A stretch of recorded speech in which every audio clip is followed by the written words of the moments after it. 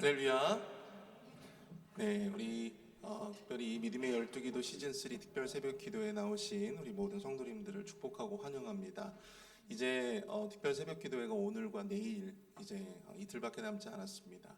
우리 끝까지 최선을 다해서 함께 말씀으로 또한 기도를 통해 우리의 삶이 가지고 있었던 모든 문제들, 그 모든 의문과 질문들이 우리 담임 목사님의 말씀을 통해서 또 우리가 주님 앞에 드리는 기도를 통해서 온전히 응답되는 은혜가 있기를 축복합니다. 우리 이 시간 함께 주님을 찬양하며 나아가길 소원합니다. 우리 존귀하신 주 함께 찬양합니다.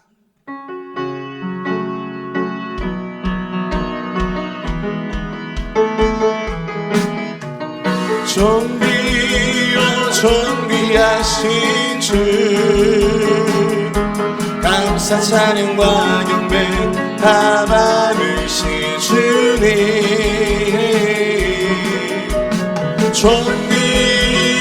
존귀하신 주 감사 찬양과 경배 다 받으실 주 다시 한번 고백합니다. 존귀하신 주 감사 찬양과 경배 다 받으실 주님 존귀하신 주 감사 찬양과 경배 다 받으실 주님 찬양 할렐루야 찬양 할렐루야 보좌 위 어린 양께 우리 경배하며 영광 돌리네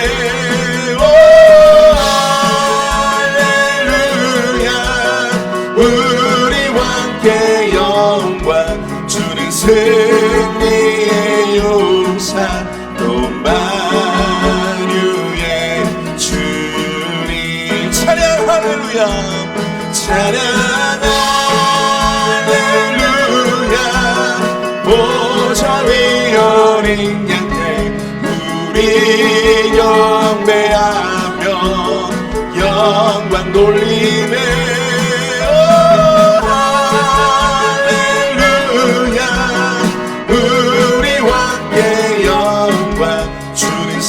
승리의 용사 또 만유의 주님 내 영이 주를 찬양합니다 우리 영을 다해 내 영이 주를 찬양합니다 내 영이 주를 찬양합니다 내 영이 주를 찬양합니다 기뻐하라 나의 영혼아 감사하라 소리내고 송축하라 주를 향해 외치라 기뻐하라 나의 영혼아 감사하라 소리내고 송축하라 나의 영혼아 내 영이 주를 찬양합니다 내 영이 주를 찬양합니다 내 영이 주를 찬양합니다 내 영이 주를 찬양합니다 기뻐하라 나의 영혼아 감사하라 소리내고 송축하라 주를 향해 외치라 기뻐하라 나의 영혼아 감사하라 소리내고 송축하라 나의 영혼아 기뻐하라 기뻐 기뻐하라 기뻐하라 나의 영혼아 감사하라 소리내고 송축하라 주의 향해 외치라 기뻐하라 나의 영혼아 감사하라 소리내고 송축하라 나의 영혼아. 우리 주님을 송축하며 함께 기쁨의 박수로 나아가겠습니다. 아멘.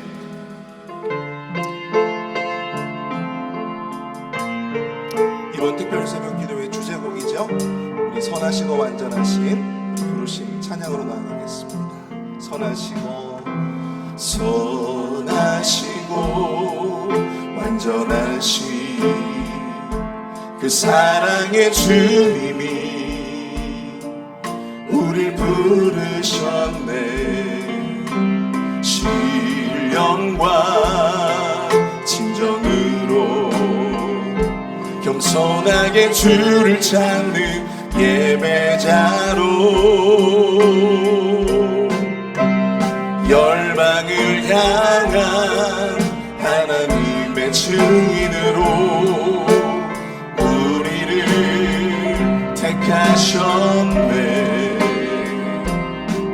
주의 영광과 존귀 거룩함을 노래하며 기쁨으로 순종하니 우린 세상으로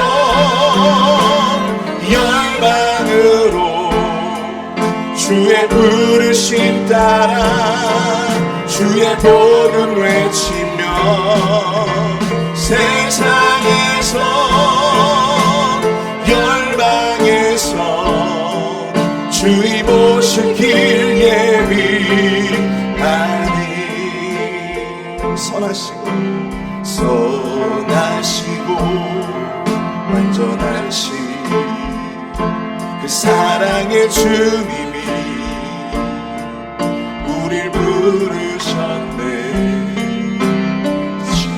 신령과 진정으로 겸손하게 주를 찾는 예배자로 열방을 향한 하나님의 증인으로 우리를 택하셨네. 주의 영광과 존귀 거룩함을 노래하며 기쁨으로 순종하니 우린 세상으로 열방으로 주의 부르심 따라 주의 복음 외치며 세상에서 열방에서 오실 길 예비하니 우린 세상으로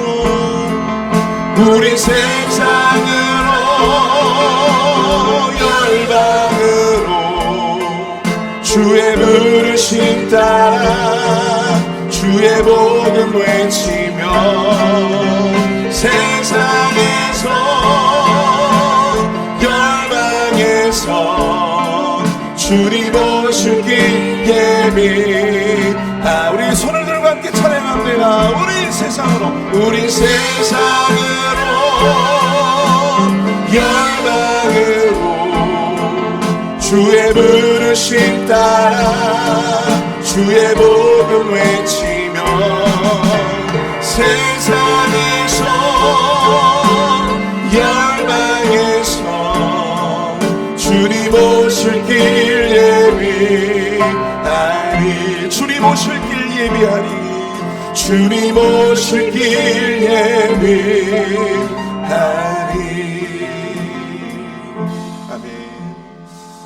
우리 오늘 예배를 위해서 함께 기도하기 원합니다. 우리 말씀을 증거해 주실 우리 담임 목사님 위해서 함께 기도해 주십시오. 권능의 말씀, 오늘 특별히 이 베드로와 관련된 귀한 말씀을 증거해 주실 때 그 말씀을 통해 우리가 도전하게 하시고 또한 결단하게 하시고 회개하게 하시고 또 소망을 갖게 하는 능력의 말씀 전하실 수 있도록 은혜로 함께 해달라고 이 시간 주여 한번 크게 부르시고 통성을 함께 기도하겠습니다. 주여! 사랑하는 통성하신 하나님 아버지 은혜와 사랑을 감사합니다. 하나님 아버지 오늘 이 예배 가운데에도 말씀을 허락하여 주셔서 우리 담임 목사님 주님께서 은혜로 함께 해주시어 베드로와 관련된 귀한 말씀 증거해 주실 때 그 말씀 가운데 능력을 더하여 주시옵소서. 그 말씀을 듣고 화면으로 화답하며 우리의 삶이 반석처럼 온들의 믿음 안에 견고하게 승원해 나갈 수 있는 은혜의 시간, 결단의 시간, 소망의 시간, 위로의 시간 될 수 있도록 주님 축복하여 주시옵소서. 하나님 아버지 예배 시작부터 끝까지 주님 함께 해주시고 성령 충만함의 은혜로 하나님 인도하여 주시옵소서. 우리가 주님 앞에 가지고 있었던 그 모든 수많은 신앙의 회의들과 문제들과 그 모든 정답을 오늘 말씀을 통하여 우리의 기도를 통하여 깨닫고 돌아갈 수 있는 시간 될 수 있도록 주님 역사하여 주시옵소서. 우리의 영원한 기쁨과 소망이 되시는 아버지 하나님, 한 해를 시작하면서 계속하여 11번째 특별 새벽 기도회로 하나님께 나아가 기도하게 하심을 감사드립니다. 우리를 하나님의 형상대로 지으시고 예정하여 우리를 택하시고 부르셔서 부족한 우리에게 사명을 주심을 감사드립니다. 야곱에게 내가 너를 지명하여 불렀나니 너는 내 것이라고 말씀하신 것처럼 우리의 모든 것이 아버지 하나님의 것임을 고백합니다. 우리가 믿음으로 순종하며 주님의 부르심에 나아갈 때 맡기신 복음 전파의 사명을 감당하는 우리 교회가 되게 하옵소서. 우리가 병으로 고생하고 어려운 일로 낙심하고 지치고 약할 때 우리를 부르시는 아버지 하나님, 사도 바울의 고백처럼 내가 약할 때 곧 그때가 하나님의 능력이 나에게 임하는 놀라운 은혜가 우리에게 있기를 간구합니다. 특별히 부르심이라는 주제로 믿음의 12기도로 나아갈 때 우리의 생각과 계획을 뛰어넘어 더 선하게 인도하시는 하나님을 경험하는 새해가 되게 하옵소서. 새해는 믿음으로 순종하여 우리의 삶이 기쁨과 감사가 넘치게 하옵소서. 새해는 임마누엘 하나님과 항상 동행하며 인격적인 교제 가운데 우리의 삶에 최선을 다하여 우리의 가장 귀한 것을 주님께 드리게 하옵소서. 새해도 우리의 기도를 들으시고 응답해 주시는 아버지 하나님, 우리들의 간구가 살아계신 하나님을 경험하게 하시고 그 부르심에 담대히 응답하게 하옵소서. 이 우리 목사님을 통하여 선포하시는 거룩한 하나님의 말씀으로 우리의 영이 맑아지고 그 말씀대로 살아가는 하루가 되게 하옵소서. 오늘 하루도 주님의 뜻을 이루며 살게 하셔서 우리의 삶이 주님의 영광을 드러나게 하옵소서. 주 예수 그리스도의 이름으로 기도합니다. 아멘.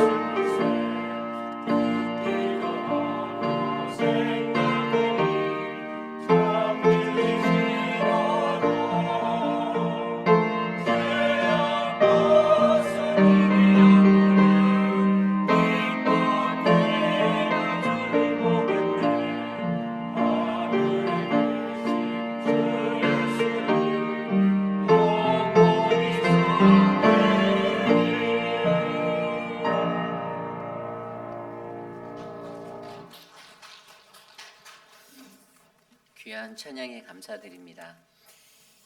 한 가지 안내 드리겠습니다. 내일 날씨가요 좀 이렇게 안 좋을 수 있을 것 같아요. 눈이 올 수도 있고요. 오늘 저녁부터 눈 예보가 있는데요. 그래서 안전 때문에 안내해 드립니다. 예배를 오지 말라라는 것이 강조가 아니고요. 날씨 상황을 꼭 지켜봐 주시고요. 빙판길이 되는 상황, 굉장히 운전하시기 어려운 상황일 거예요. 그래서 밤에는 또 잘 안 보이시고 새벽에는 그런 어르신들이나 이런 분들이 계셔서 혹시라도 오늘 저녁에 눈이 내리고 내일 새벽에 눈이 지속되고 그런 또 밤새 눈이 내리다가 새벽에 일어나는 그 시간에 빙판이 결성될 수 있으니까요. 그 날씨의 컨디션을 잘 보시고 빙판길 운전은 삼가해 주시고요. 저희가 온라인으로 또 이렇게 함께 방송을 내보내도록 할 테니까요. 여러분들 그렇게 예배해 주시면 감사하겠고요. 하지만 뭐 눈이 안 오고 또 이제 도로에 운전할 수 있는 상태가 되신다라고 판단되시면 교회로 나와서 함께 예배해 주시면 감사하겠습니다. 또 이렇게 카톡을 통해서 저희 전체 채널을 통해서 또 실시간으로 저희가 또 안내해 드리도록 하겠습니다. 오늘 우리에게 주신 하나님의 말씀은요. 누가복음 5장 1절에서 11절까지의 말씀입니다. 누가복음 5장 1절에서 11절까지의 말씀, 저와 여러분이 한 절씩 교독하시고 마지막 11절 한 목소리로 함께 합독합니다. 무리가 몰려와서 하나님의 말씀을 들을새 예수는 게네사렛 호숫가에 서서 호숫가에 배 두 척이 있는 것을 보시니 어부들은 배에서 나와서 그물을 신지라. 예수께서 한 배에 오르시니 그 배는 시몬의 배라.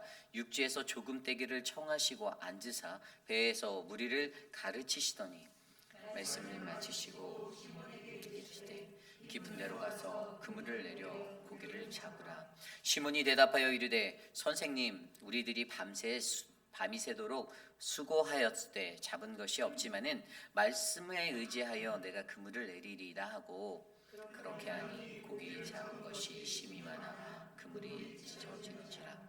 이에 다른 배에 있는 동무들에게 손짓하여 와서 도와달라 하니 그들이 와서 두 배의 채움에 잠기게 되었더라. 시몬 베드로가 이를 보고 예수의 무릎 아래 엎드려 이르되 주여 나를 떠나소서 나는 죄인으로소이다 하니 이는 자기 및 자기와 함께 있는 모든 사람이 고기 잡힌 것으로 말미암아 놀라고 세베대의 아들로서 시몬의 동업자인 야고보와 요한도 놀랐음이라. 예수께서 시몬에게 이르시되 무서워하지 말라. 이제 후로는 내가 사람을 취하리 하시니 그들이 배들을 육지에 대고 모든 것을 버려두고 예수를 따르니라. 아멘. 부르심의 시리즈 12번째 시간, 베드로 하나님 말씀을 의지하여 반석이 되다라는 말씀의 제목으로 거룩하신 주의 말씀 증거하겠습니다. 베드로 하나님 말씀을 의지하여 반석이 되다. 저는 부르심을 입은 사람들에게는요, 부르심을 입은 그 순간부터 우리가 부르심을 마치는 그 이후에 그 끝날의 순간까지 그 모든 과정이 훈련이다라고 믿습니다. 부르심을 받았다고 해서 단 한 번에 어떠한 성령의 역사가 내게 임해서 나를 완전한 그 온전한 자로 이렇게 세우면 좋은데, 사실 우리 인간이 갖고 있는 가장 눈에 보이는 것 중에 하나가 연약함이거든요. 이 연약함 때문에 사실 쉽게 그 부르심 앞에서 굳건하게 세워져 가는 것 하다가도 한순간에 와르르르 무너지고요. 또 우리가 또 좌절도 하기도 하고 또 우리의 마음 가운데 어떤 상심이 들기도 하고 여러 가지 그런 산전수전 모든 고진감래들을 겪게 되는 그러한 인생이 저는 믿는 이들의 부르심에 이쁜 사람들의 모습이다라고 생각합니다. 그래서 사실 오늘 우리가 베드로를 통해서 들여다보는 그 말씀은요, 베드로라는 이 존재가 하나님의 말씀을 의지하여 부르심으로 나아가고 또 그 말씀을 의지하여 믿음의 고백을 드리고 그렇게 살았지만 그럼에도 그는 또 예수님을 배반하게 되는, 새벽닭이 울기 전에 부인하게 되는 그러한 배반자로서 또 그런 인생도 살게 되고, 하지만 그 이후에 그가 내가 십자가에, 예수님이 달리신 십자가에 그가 거꾸로 매달려서 달려 죽기까지 그 순교의 자리까지 하나님이 그를 이 교회라는 곳에 반석이 되게 하시겠다라는 그 믿음의 약속을 주셨고 그것들을 이뤄내시는 과정들을 우리가 함께 살펴봄으로써 이 베드로를 통해서 베드로의 부르심 안에 담겨 있는 하나님의 말씀을 의지하여 반석이 되는 그 믿음의 길을 우리가 함께 점검해 보려 합니다. 오늘 이 시간 저와 여러분 우리에게 주시는 귀한 말씀 안에서 하나님의 말씀을 의지하여 이 땅에 부르심을 입은 자들 가운데 이 땅에 세워진 모든 믿음의 가정과 교회들 가운데 하나님의 반석이 되는 우리 모두가 되기를 기도드립니다. 오늘 이 시간 첫 번째로 베드로 하나님 말씀을 의지하여 반석이 되다. 첫 번째로요. 하나님의 부르심을 입은 자들은요. 우리는 하나님의 말씀을 통한 변화를 훈련해야 한다라는 것입니다. 우리는 하나님의 말씀을 통한 변화를 훈련해야 합니다. 오늘 말씀 4절 말씀에 보면요. 말씀을 마치시고 시몬에게 이르시되 깊은 데로 가서 그물을 내려 고기를 잡으라라는 말씀이 나옵니다. 우리가 너무나도 잘 아는 이야기예요. 무리들이 몰려와서 하나님의 말씀을 듣고 있을 때에 게네사렛 호숫가 한편에서는요. 호숫가의 배 두 척을 정박하고 그물을 손질하는 그러한 자들의 무리가 예수님의 눈에 들어왔습니다. 예수님이 무리에게 말씀을 전하다가 갑자기 그의 발걸음을 바로 그 어부들이 있는 곳에 나아가 그 배에 올라타시면서 뜬금없이 배를 조금 육지에서 띄워라고 말씀하셨죠. 여러분 그 어부들이 그물을 정리한다는 것은요 이미 바다에서 해야 할 어부로서의 일들을 하고 돌아왔다는 것을 의미하는 거예요. 밤새도록 일을 하고 왔는데 얼마나 피곤했겠어요. 그 당시 어부들에게 가장 잘 알려졌던 지식은 밤에 나가서 고기를 잡아야 많이 잡을 수 있다는 생각들이 있어서 밤 낚시를 즐겼던 것 같습니다. 어쨌든 그들이 그렇게 돌아와 있을 때 예수님이 그 배에 오르시고 그들에게 배를 조금 띄워달라고 육지에서 띄워달라고 하시며 그 무리들에게 다시 말씀을 전하시는 장면이 오늘 앞선 1, 2, 3절의 이야기예요. 그러면서 4절 좀 전에 읽어드린 4절 말씀에 말씀을 마치셨을 때 뜬금없이 시몬 베드로에게 말씀하시기를 깊은 데로 가서 그물을 내려 고기를 잡으라는 거예요. 여러분 오늘 이 말씀 우리가 너무나도 많이 들었던 이 말씀에서 시몬 베드로는요 이 말씀을 의지하여 그물을 내렸다라고 그가 이후에 고백합니다. 여기서 우리가 가장 중요하게 바라볼 수 있는 한 가지 말씀이 도대체 무엇인가 생각해 보아야 하는 거죠. 예수님이 하신 말씀 성경은 그것을 무엇이라고 합니까? 우리가 알고 있는 성경 헬라어 성경에서는요 말씀을 표현하는 두 가지 단어가 있어요. 첫 번째는 로고스라는 단어입니다. 그리고 또 다른 단어는 오늘 말씀의 4절에 쓰여진 말씀이라는 레마라는 단어예요. 레마. 많은 어떤 목회자들이 하나님의 말씀을 전할 때 이 로고스는 그냥 우리에게 하나님이 하신 말씀이 육신이 되어 예수님을 통해 전하신 그냥 그런 성경에 기록된 말씀으로 이해를 하고 있죠. 그리고 어떤 사람들은 혹자는 레마라는 것을 얘기할 때는 레마라는 말씀은 나의 것. 그러니까 들려진 말씀이 내 입으로 전달되는 그런 그러니까 나의 것이 되어서 나간 것을 이게 이렇게 설명할 때가 많아요. 레마는 나의 말씀이다. 나에게 주어진 말씀. 그래서 내게 주신 말씀 뭐 이럴 때 레마라는 단어들을 쓰는데요. 사실 성경 헬라어 성경 속에 이 신약 성서에 나와 있는 이 330회나 쓰였던 로고스라는 단어 그리고 반면에 66회가 사여진 레마라는 단어들을 일일이 다 대조해 보면 그냥 레마라는 단어는 뭐 사람이 어떤 들려진 말씀으로 자기가 뱉은 말에 쓰였다라는 것은 그렇게 많지 않고요. 이것이 다 그러니까 하나님의 말씀으로 들려졌던 것들도 레마라는 단어를 쓰게 되고 또 로고스라는 단어를 쓰게 되고 이게 복합적으로 쓰게 되어져 있던 것들을 발견하게 돼요. 그래서 우리가 성경 속에서 이게 뭐 신학자들이나 목회자들이 어떤 것들을 전할 때 이 뭐 로고스를 약간 좀 더 가미하기 위해서 레마라는 단어를 가미하기 위해서 그거에 어떤 스페시픽한 특별한 의미를 부여하는 것 저는 이것을 좀 조심해야 된다라고 믿습니다. 그래서 제가 내린 결론은 무엇이냐 이 하나님의 말씀이라고 쓰여지는 이 단어가 로고스든 레마든 그것은 다 히브리어 다바르에서 왔거든요. 결국에 성경에서 기록된 말씀이라는 것의 미닝은 하나님께서 이루실 말씀으로 우리가 이해하는 게 가장 적합하다는 것이에요. 그래서 오늘 예수님께서 그에게 전하였던 그 무리에게 배에 오르셔서 전했던 그 말씀이 어떠한 이야기였든 그 말씀은 바로 하나님이 이루실 말씀을 그들에게 강론하였다는 것입니다. 그런데 그 말씀을 들었던 그가 깊은 데로 가서 그 그물을 내리고 고기를 잡았더니 그때 어떻게 해요? 내가 말씀을 의지하여 그물을 내렸더니 6절 말씀에 그렇게 하니 고기를 잡은 것이 심이 많아 그물이 찢어졌다라고 기록하고 있습니다.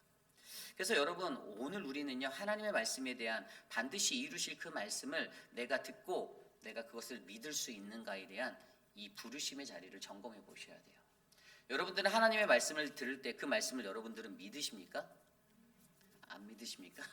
새벽이라 안 믿으시나요? 믿으셔야 돼요.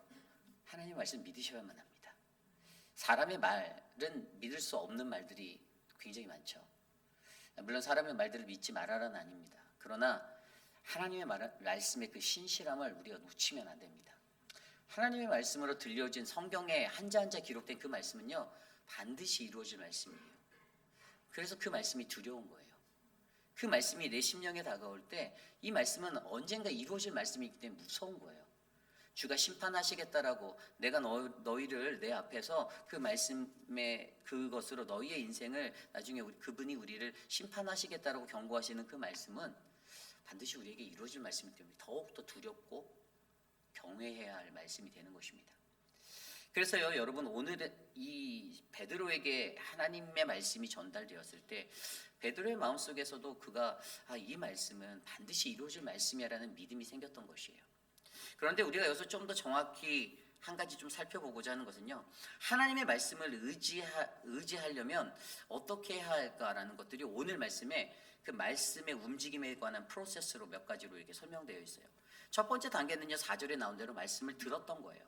말씀을 마치셨다 했더니 이것은 말씀을 들었다라는 거잖아요. 회중의 입장에서는 첫 번째로 말씀을 듣는 거예요. 가장 먼저는 하나님의 말씀을 듣는 것이 중요하다라는 것을 이야기합니다. 그리고 5절 말씀에 순종하는 게 중요한 거예요. 시몬이 대답하여 이르신 대로 바로 내가 밤미새도록 수고하여 잡은 것이 없었지만 나의 삶과 환경과 나의 처지를 말하는 거예요. 내가 그렇게 해봤는데 내 경험도 들어가 있습니다. 그런데 말씀을 의지하여 내가 그물을 내리겠다. 여러분 베드로는 전문가였어요. 그죠? 어부예요 어부. 근데 예수님을 보고 속으로 이런 마음이 들었을 수도 있죠. 아니 아무것도 모르면서 왜 아는 척하지? 왜 거들먹거리지라고 생각할 수 있었어요. 딱 보아하니 어부 같아 보이진 않은데 목수 같아 보이는데 도대체 이 분야에서 내가 베테랑이고 내가 이 마을에서 몇십 년 동안 이걸 했던 이 동네 사람들도 나를 따르는 그러한 어부들이 많은데 도대체 당신이 무엇이건데 당신이 아는 척해 라고 생각할 수 있었어요. 그러나 말씀에 순종하였다라는 이 자리가 굉장히 중요한 포인트예요. 말씀을 듣고 그 말씀을 순종할 수 있었던 믿음의 프로세스가 그에게 일어나니 어떠한 기적이 그 앞에 펼쳐졌습니까? 놀람이 펼쳐졌다라고 오늘 성경은 기록하고 있죠.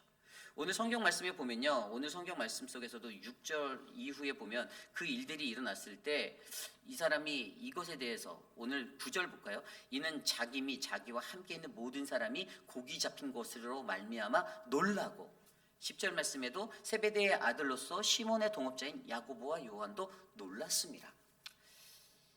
이 놀람이 일어난다는 거예요. 놀람. 그럼 도대체 과연 이 놀람이라는 게 무엇일까를 세 번째 프로세스 듣고 순종한 자가 경험해야 되는 놀람이 있는가? 이 자리가 굉장히 중요하다는 거죠. 여러분 하나님의 말씀을 듣고요. 그 말씀에 순종하면 우리에겐 반드시 그 놀람이 있습니다. 이 놀람이 과연 무엇인가 고민해 보셔야 돼요. 이 영어 성경에 보면 ESV 버전에서는 이것을 에스타니쉬로 썼어요. 그런데 더 중요한 것은 헬라어 단어로 이 놀람이라는 단어가 어떠한 단어인가? 이 담보스라는 단어를 썼습니다. 담보스.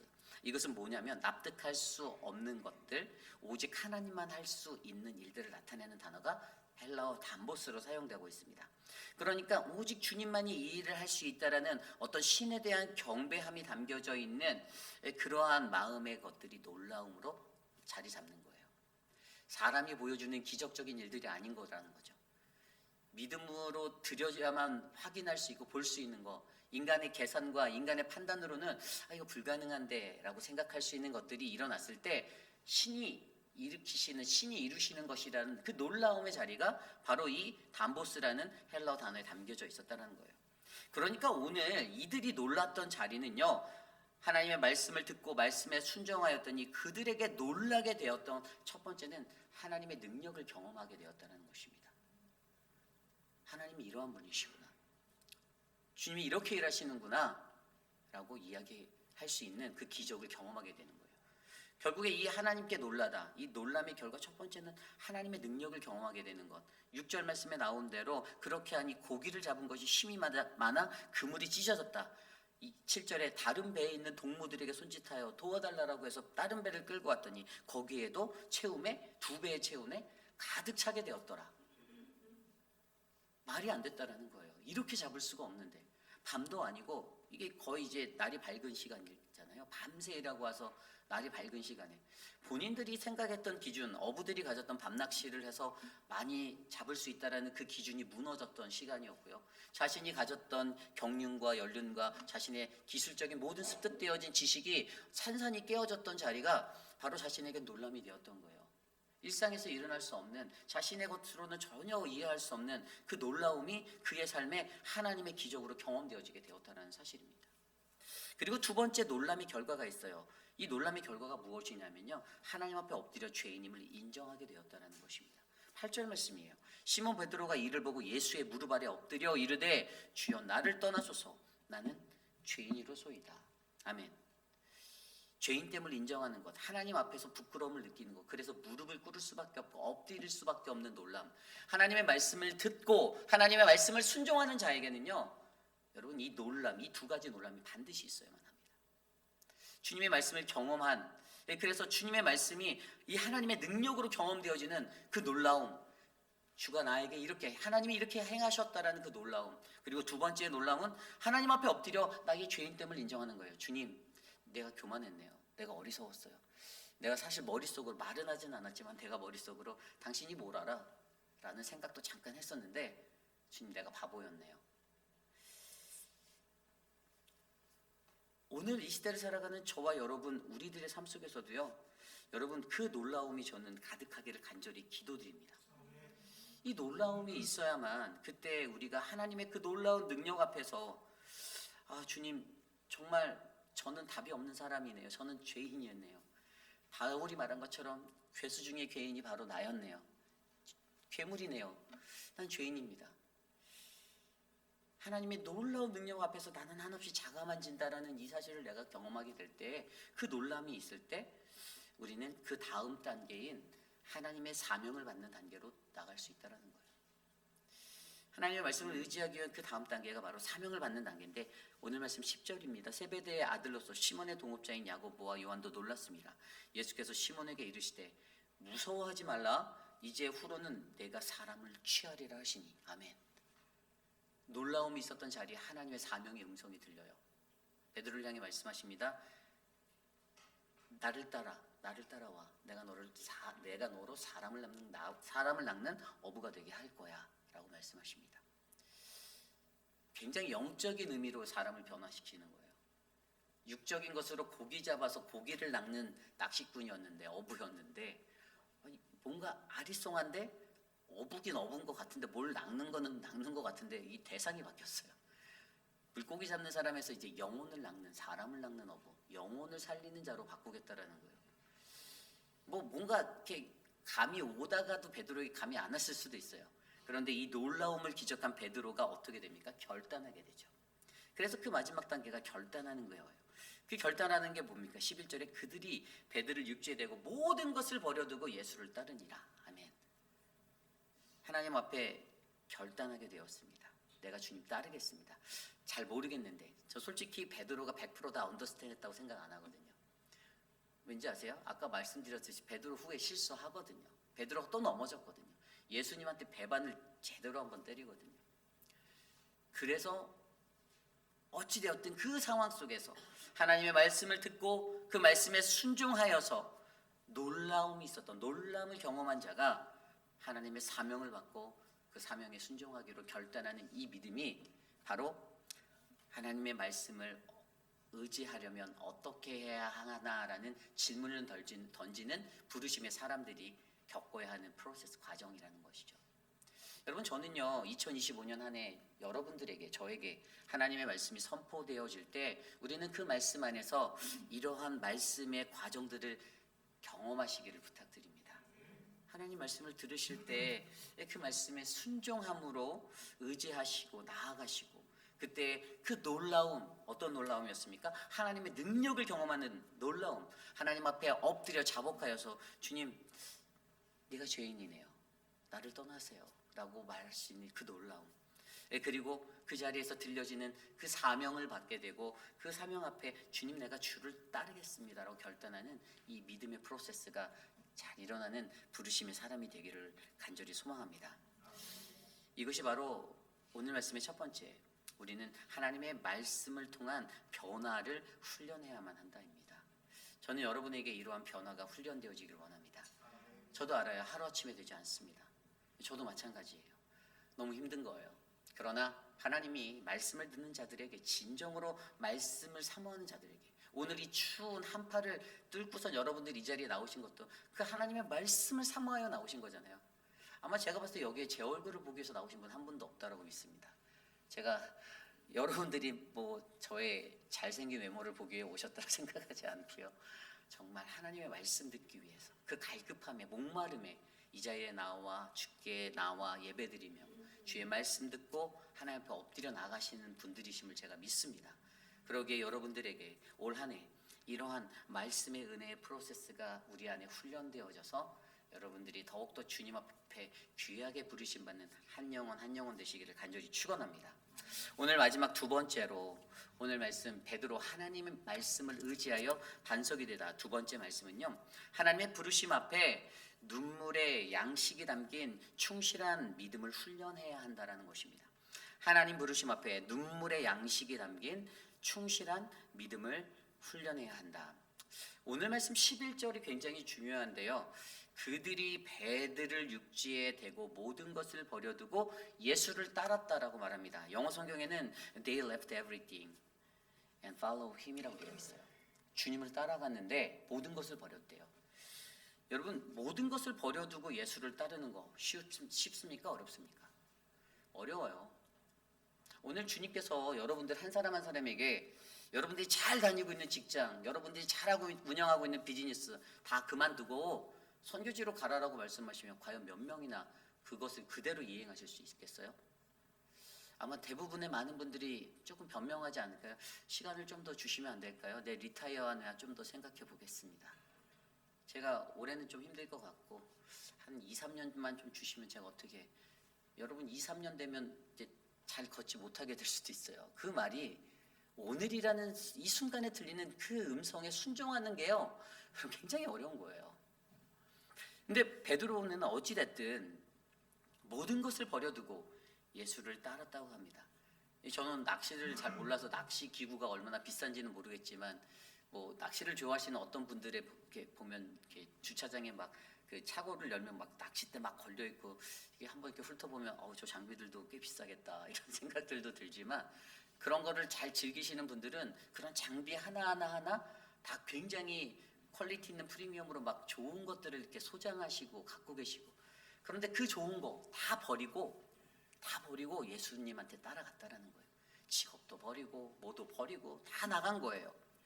그런데 여러분, 이 정말 우리의 삶에 이것이 갖고 있는 첫 번째 의미가 뭐냐면, 모든 것을 버려둔다라는 것은요, 사실요, 우리의 삶의 첫 자리에 하나님을 두는 거예요. 이게 목적이에요. 그냥 주님이 여러분들에게 다 버리고 너 나만 따라와, 너 완전히 초야로 돌아가서 뭐 이렇게, 이런 게 아니라, 사실 정말로 영적인 의미는 우리들의 삶의 자리에서 그냥 단순하게 세상과 단절하고 모든 것 끊어내고 날 따라, 이런 의미가 아니라, 정말로 중요한 건 우리들의 삶의 첫 자리에 과연 우리는 하나님이 우선되어 있는가, 이 믿음을 우리에게 원하신다는 거죠.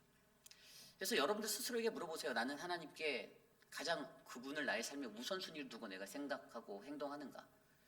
여러분, 그게 우선순위가 되어 있으면요, 주일 성수 절대 빠질 수 없죠. 절대 못 빠집니다. 하나님이 내게 우선순위인데 어떻게 주일 성수를 빠져요? 안 되죠. 빠질 수가 없어요. 그리고 여러분, 어떠한 것이든지 하나님의 교회가, 하나님의 성전이 주님의 사역이 먼저가 되는 거예요. 그렇지 않습니까? 세상에 행사가 있어요. 세상에서 막 어떤 큰 행사를 해요. 그런데 꼭 이 사람들이 교회에서 행사 있는 날, 아니면 주일 성수 낀 날 막 도와달라고 해요. 근데 나는 늘 사람들 잘 섬기고 도와주는 좋은 인자한 마음을 가진 천사 같은 사람이라고 생각하니까 그런 데 가서 열심히 일해요. 교회 빠지고. 그럼 하나님이 아우 그래 잘했다 수고했다 너 정말 훌륭하다 할까요? 아니요. 야 너가 직분자인데 너 그거밖에 안 되니라고 말씀하실 거예요. 하나님 그렇게 보실 거예요. 뭐가 우선순위인지를 정확히 구별도 못하는 그 혼미함 가운데 너의 혼미함을 좀 들어봐 줄래라고 주님이 속삭여 주실 거라고요. 하나님 앞에 무엇이 우선순위인지를 정확히 분별을 못하는 인생이 되면 안 된다라는 것이 베드로에게 하나님이 베드로가 보여줬던 이 믿음의 삶을 통해서 모든 것을 버려두고 예수를 따른다라는 이 자리에서 있었다라는 거예요. 여러분 근데요 이렇게 살아도 인간은 실수해요. 그렇지 않나요? 베드로가 얼마나 믿음에 충성된 사람이었는지 아십니까? 우리가 성경 속에서 들여본 베드로의 삶의 모습은요 마태복음 16장에서 예수 그리스도가 빌립보 가이사랴의 지방에 이를 때에 예수님이 제자들에게 이렇게 질문하셨잖아요. 이 마태복음 16장에 보면요 예수님께서 야 도대체 사람들이 인자를 누구라고 말하니? 그랬더니 뭐 더러는 뭐 세례 요한이요, 뭐 엘리야요, 또 어떤 사람들은 뭐 선지자 중에 한 명, 뭐 이렇게 얘기하더라고요. 이렇게 얘기했어요. 그랬더니 그때 베드로가 얼마나 멋진 신앙 고백합니까? 베드로가 그때 말한 게 마태복음 16장 16절에 보면 주는 그리스도시요 살아계신 하나님의 아들이심을 내가 믿나이다. 아멘. 이 결과가 어떻게 됐죠? 그 말씀 딱 듣고 예수님께서 무릎을 탁 치시면서 그래 됐다 훌륭하다. 아이고 예 제가 여길 쳤더니 꽃이 떨어지네. 네. 제가 영역이 있는 뭐 초능력 있나? 네. 놀랐네요. 예. 어쨌든 괜찮습니다. 아무도 안 다쳤어요. 근데 그때 말씀하신 이 말씀 안에서 예수님이 하신 말씀이 바요나 시모나 내가 복이 있다라고 말씀하십니다. 그러면서 뭐라고 말씀하십니까? 너는 베드로라. 내가 이 반석 위에 교회를 세우겠고 음부의 권세가 너를 타하지 못할 것이다라고 말씀해 주십니다. 하나님이요 이 예수님을 통해서 주신 이 약속을 통해서 베드로를 초대교회의 반석이 되게 하셨습니다. 그렇게 만드셨어요. 이것뿐입니까? 우리가 너무나도 잘 알고 있는 요한복음 6장의 이야기. 이 예수님의 이 말씀이 계속해서 증거되고 있었어요. 근데 세상 사람들이 말씀에 대해서 긴가민가 했어요. 왜냐하면 그 앞에 설명했던 말씀이 이 어떤 오병이어의 말씀을 통하면서 이 생명의 떡 대신 말씀에 관한 이야기를 했어요. 그랬더니 막 사람들이 아니 어떻게 그 너의 뭐 몸을 찢어서 떡이 되고 막 이게 이해가 안 되는 거예요. 이런 생각들을 갖고 있었던 찰나에 그때 예수님께서 이러한 말씀을 하셨죠. 인자가 부활 승천하는 것을 보면 너희들은 어쩔래라고 제자들에게 물어보십니다. 이게 무슨 얘기지? 그러니까 제자들도 이 6장 말씀에 이 요한복음 6장 말씀에 보면 도대체 이게 무슨 말인지 이해를 잘 못하는 거예요. 인자가 부활 승천하는 것들을 보면 너희들은 어떻게 할 수 있니? 나는 살리는 것은 영이니 육은 무익하다. 내 말은 영이고 내 말은 생명이다라고 말씀하시면서 딱 말씀을 전하시면서 바로 이어서 하시는 말씀이 세상에 정말 많은 사람들이 하나님의 말씀 내 말을 들을 것인데 그 말씀을 듣게 되는데 그런데 들은 자가 다 믿는 것이 아니야라고 말합니다.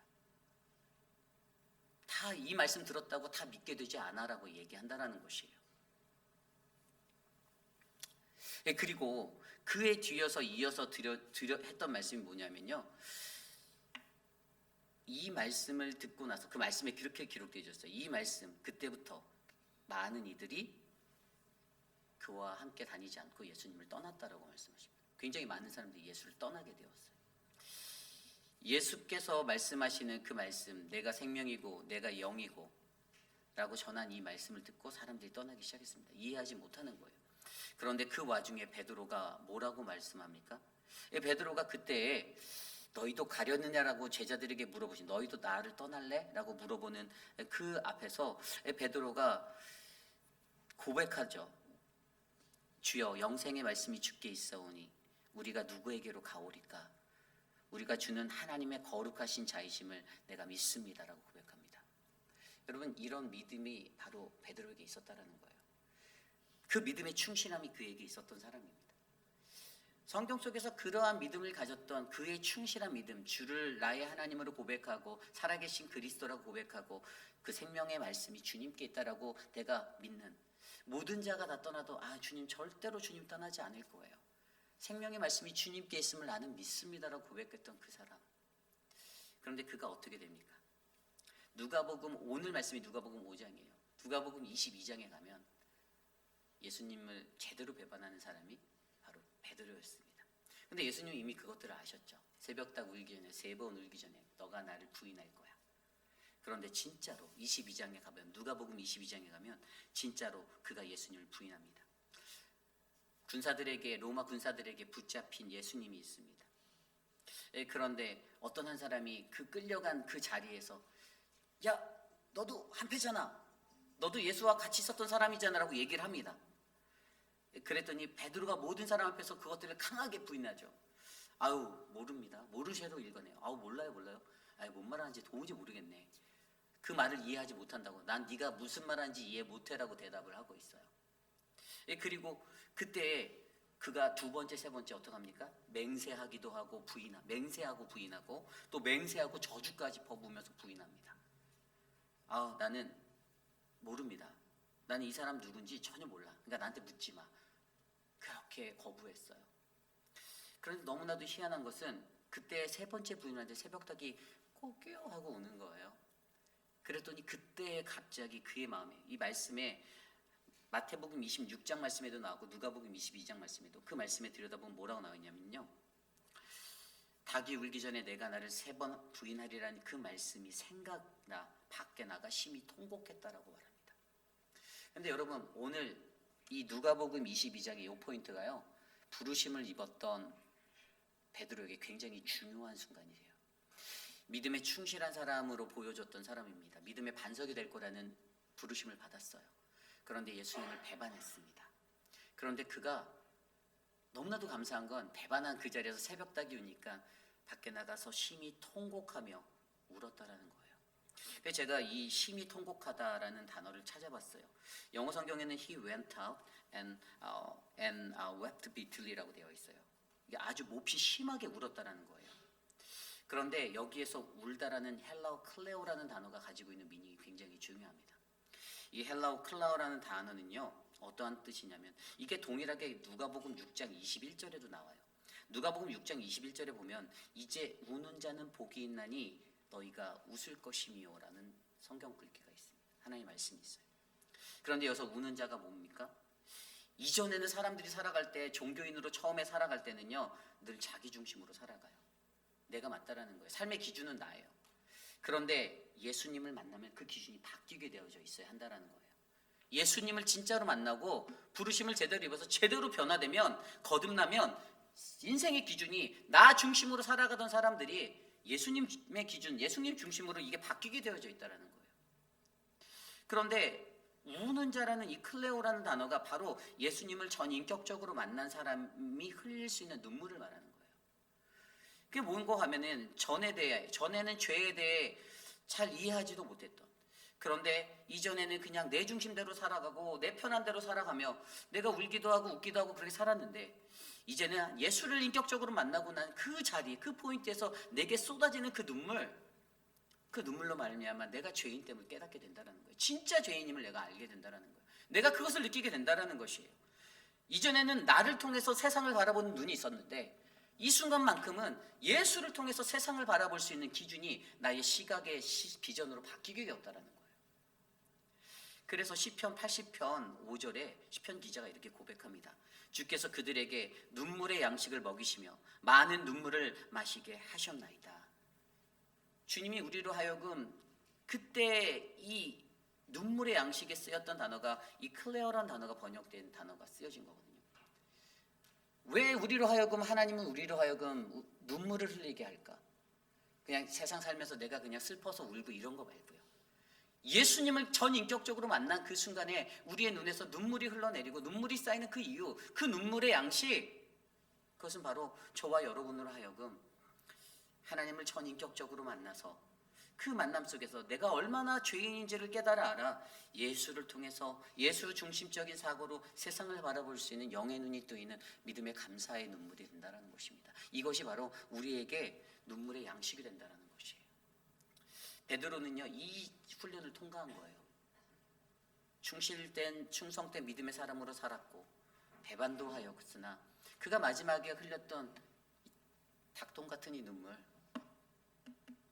정말 어떻게 표현할 수 없는 가슴을 메는 그 흘러내리는 그 눈물 속에서 하염없이 통곡하며 울었던 심히 통곡한 그 자리에서 쌓여진 이 눈물의 양식으로 말미암아 그는 자신의 기준을 버려두고 예수의 기준으로 세상을 바라보고 하나님의 나라를 바라보고 예수의 시선으로 또 다른 사람들을 바라보고 이웃을 바라보고 교회를 바라보는 영의 눈이 열렸다라는 사실을 여러분들이 믿으셔야만 한다는 것입니다. 이것이 바로 오늘 말씀의 두 번째, 하나님의 부르심 앞에 눈물의 양식이 담긴 바로 충실한 믿음이 훈련되어져야 한다는 것입니다. 여러분들을 우리의 삶은 어떻습니까? 저와 여러분들 우리의 삶에 여러분들의 눈물은 어떤 눈물인가요? 예수님을 전인격적으로 만나서 너무나도 내가 죄인임을 깨달아 알아. 베드로의 그 심정을 한번 그려보세요. 왜 성경에서는 자기가 부인하고 새벽닭이 울리는 그 소리가 들리자마자 이게 바로 생각났을까요? 집에 가고 좀 잠잘러 누웠을 때 생각나도 되는데 왜 하필이면 그 자리에서 바로 그 순간 왜 그게 생각이 나서 밖으로 나가서 하염없이 심히 통곡하며 울었을까요? 내가 진짜 죄인이라는 거예요. 내가 정말 죽을 죄를, 근데 이미 늦었다라고 그가 판단된 거예요. 이제 늦었네. 예수님이 이미 잡혀갔네. 내가 그를 부인했네. 나는 그러한 존재였네. 거기에 한 번 더 무너진 거예요. 그런데 우리가 알고 있는 베드로의 인생은 거기서 끝이 아니었잖아요. 그 아픔을 통해서 더 견고한 초대교회의 초석으로 성 베드로 성당의 그러한 믿음의 산실로 그가 우리에게 기억되어져 있잖아요. 오늘 이 시대를 살아가는 저와 여러분들이 이 믿음의 훈련을 통과하셔야만 합니다. 눈물의 양식으로 우리의 삶에 새겨진 그 믿음의 훈련을 통과하여 하나님의 거룩하신 부르심 앞에 귀하게 쓰임받는 저와 여러분 우리 모두가 되시기를 소망합니다. 이제 말씀을 정리하고자 합니다. 오늘 말씀은 베드로를 통한 하나님의 부르심을 우리로 하여금 묵상해보게 하였습니다. 저는 여기 계신 저와 여러분 모두가 베드로와 같은 인생일 수 있다고 생각합니다.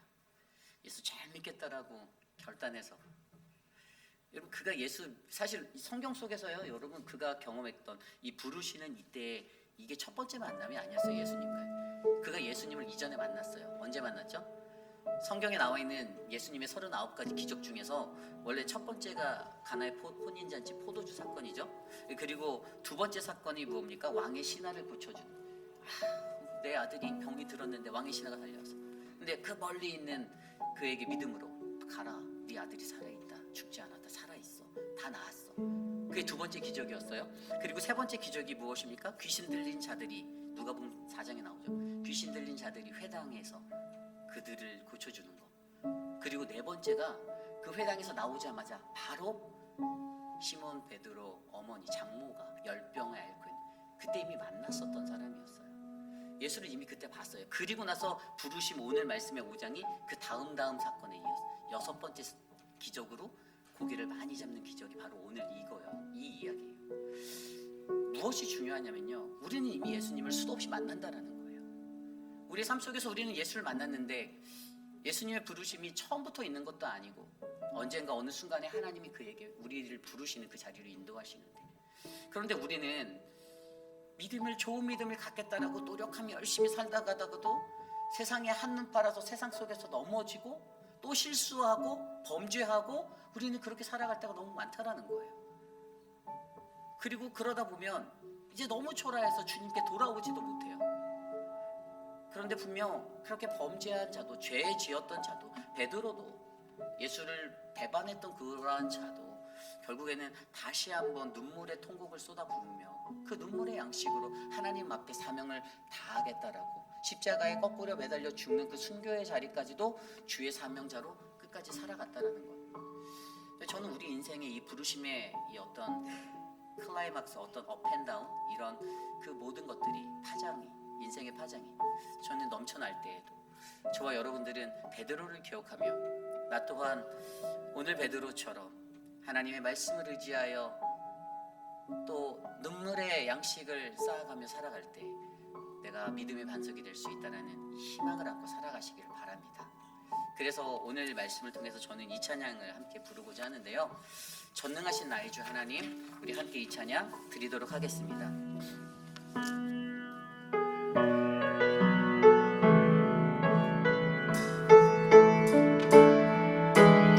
전능하신 나의 주 하나님을 능치 못하실 일 전혀 없네.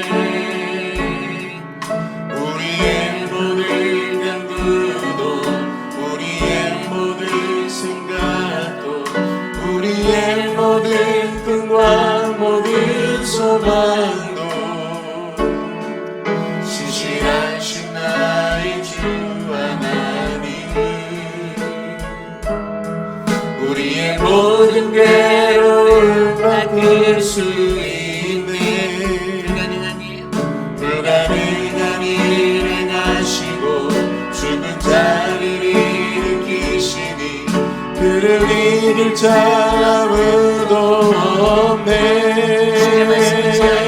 주의 말씀을 의지하여 깊은 곳에 금을 던져 오늘 그가 놀라운 일을 이루시는 것 보라. 주의 말씀을 의지하여 믿음으로 금을 던져 믿는 자에게 능치 못함 없네. 전능하신 나의 주 하나님은 능치 못하실 일 전혀 없네. 우리의 모든 간구도 우리의 모든 간구도 우리의 모든 생각도 우리의 모든 꿈과 모든 소망도 신실하신 나의 주 하나님은 우리의 모든 괴로움을 바꿀 수 있네. 불가능한 일 행하시고 죽은 자를 일으키시니 우리를 아무도 없네. 주님의 말씀을 의지하여 나아갑니다. 주의 말씀을 의지하여 깊은 곳에 금을 던져 오늘 그가 놀라운 일을 이루시는 것 보라. 주의 말씀을 의지하여 믿음으로 금을 던져 믿는 자에게 능치 못함 없네. 주의 말씀을 의지하여 깊은 곳에 금을 던져 오늘 그가 놀라운 일을 이루시는 것 보라. 주의 말씀을 의지하여 믿음으로 금을 던져 믿는 자에게 능치 못함 없네. 믿는 자에게 능치 못함 없네. 믿는 자에게 능치 못함 없네. 오늘 주신 말씀을 놓고 함께 기도하기 원합니다. 하나님, 주님의 말씀을 의지하며 나아가는 우리들이 되길 원합니다. 나를 부르신 그 하나님 앞에 하나님의 말씀을 의지하여 믿음의 반석이 되는 하나님, 그 믿음의 사람이 하나님 내가 되기 원합니다. 하나님의 말씀을 의지하여 그 말씀을 통한 변화를 내가 훈련받기 원합니다. 하나님의 말씀을 듣고 주의 말씀을 순종하며 내 삶에 놀람이 있는가, 내가 사명을 받았는가, 내가 결단할 수 있는가의 믿음을 점검하게 하여 주시고 하나님의 부르심 앞에서 눈물의 양식이 담긴 충실한 믿음이 훈련되어질 수 있도록 하나님 나를 도와주시옵소서. 이 시간 함께 합심하여 오늘 주신 말씀을 놓고 함께 기도하기 원합니다. 하나님 도와주시옵소서. 하나님, 우리로 하여금 베드로와 같은 그 믿음의 신앙의 결국 연약하지만 다시 회복되어 하나님 앞에 굳건히 설 수 있는 믿음의 반석으로 하나님이 불러주시길 간절히 소망합니다. 나의 죄성, 나의 연약함, 내가 경험한 하나님의 말씀의 풍성함을 통하여 회복하게 하여 주시고 하나님 의지하며 살아갈 수 있는 믿음의 반석이 될 수 있도록 하나님 나를 붙잡아 주시옵소서. 사랑하는 회복하는 장로교회 모든 성도들이 하나님 세상에서 가정에서 하나님 교회라는 공동체에서 그 믿음의 반석이 되기를 간절히 축복합니다. 하나님 도와주시고 하나님 믿음의 반석 삼아주시고 요동하지 않는 믿음, 흔들리지 아니하는 믿음, 견고한 반석으로 하나님의 복음의 의의 그 복음의 평화를 하나님 선포하게 주시옵소서. 인도하여 주시옵소서. 참으로 존귀하신 주님 감사합니다. 하나님 베드로의 삶을 바라보며 하염없이 연약하고 부족한 죄성으로 가득한 나의 모습들을 바라보며 때로는 믿음 있는 것처럼 행동하였던 믿음에 충실한 자였던 그러한 모습이었던 나의 모습을 하나님 앞에 자랑하진 않는지 살펴보고 하나님 나의 연약한 믿음이 더욱더 견고해지도록 내 눈에 끊이지 아니하는 하나님 그 눈물의 양식을 쌓을 수 있도록 은혜를 베풀어 주시기를 간구합니다. 하나님 회입이라는 장로교회가 2025년도에는 정말로 견고한 믿음의 반석 교회가 되기를 소망합니다. 하나님 우리 교회 안에 그 눈물의 양식을 쌓아 모으시는 부르심의 사람들이 모이게 하여 주시고 더욱더 견고해져서 하나님의 나라의 복음의 사역을 잘 감당할 수 있는 풍성한 은혜를 누릴 수 있도록 역사하여 주시옵소서. 지금은 우리 구주 예수 그리스도의 무한하신 은혜와 그 크신 하나님의 사랑하심과 성령 하나님의 감화감동 교통하심의 역사가 하나님의 말씀을 의지하여 내 삶을 훈련하길 원합니다.